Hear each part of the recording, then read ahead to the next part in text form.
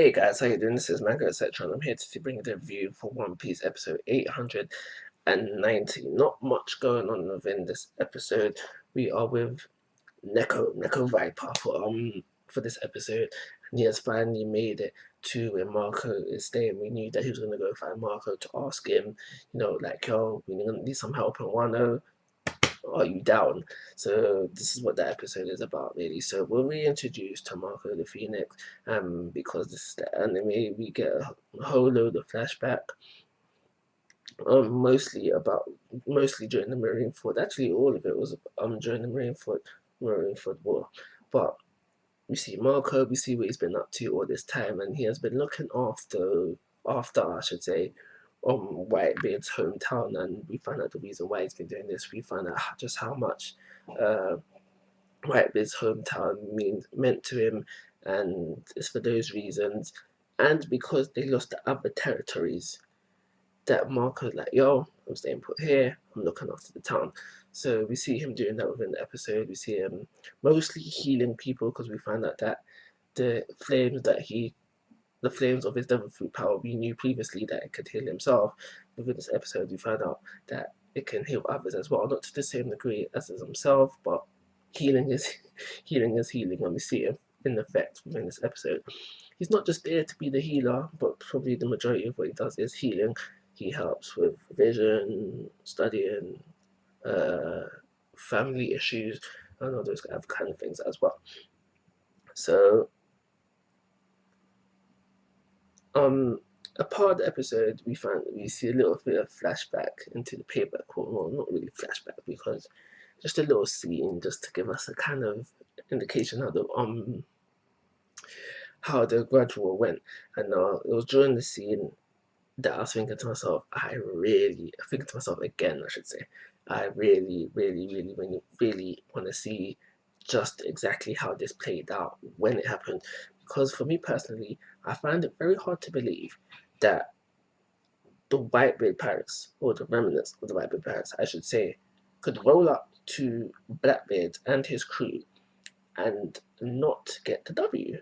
I know Blackbeard has had two devil fruit powers, whatever, but if you go by the timeline, at the time of their attack, Blackbeard's crew should still have only have been like his division leaders at the time. Maybe um, one or two divisions would have been formed, but from what I'm thinking, because we know that this happened during the 2 year time skip, I'm thinking that Marco and the boys wouldn't wait so long to go in and get their revenge. Maybe they did, but get their revenge. But I think like if and what I'm thinking is that this happened pretty soon after Marineford War, so they would have gone in there 13, because I think at the time that this crew has 13.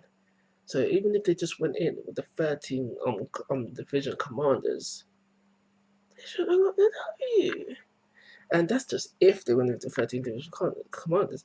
I feel like, they would have brought whole divisions to come deal with Blackbeard just to make sure that they got the W. So for those reasons, I'm a bit confused, and I just want to see what exactly went down. How come they didn't get that W?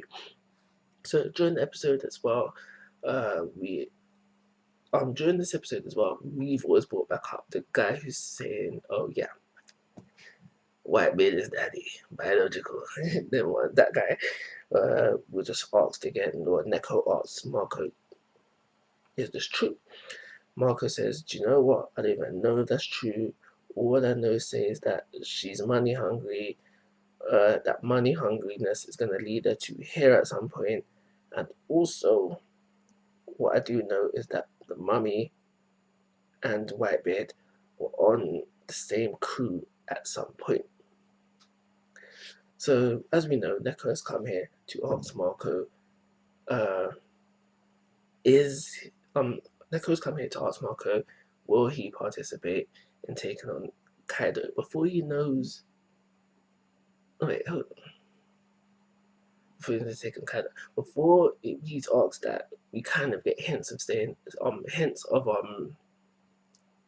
we kind of get hints that he's gonna say no. But when he finds out about Kaido, he's a bit shocked and he's like, yo. He doesn't. We don't get answer within this episode, but it makes you think, okay, maybe because he knows the stakes of what Neko is asking him, maybe he'll be willing to leave temporarily. There was one more thing I wanted to say, but I've forgotten it now. What I was gonna say was that we also find out now. Marco says nearby, but I do think it's the same island. But we find out that this is where Shanks and Ace were buried. I mean, Shanks and Ace, Whitebeard and Ace were buried. So I could see one day Luffy coming here to the grave, to the memento, to pay his respects. Yeah, that is something I see happening down the line. But that was the last thing I wanted to mention. This episode was fairly decently paced. I'm not gonna, well, for me anyway. The flashback wasn't too heavy, and it's for those reasons I'm gonna give this episode a 3-star rating. Like always, guys, mostly for your thoughts and opinions. If you haven't already, please go to my YouTube channel. But most importantly, take care. Have a nice day.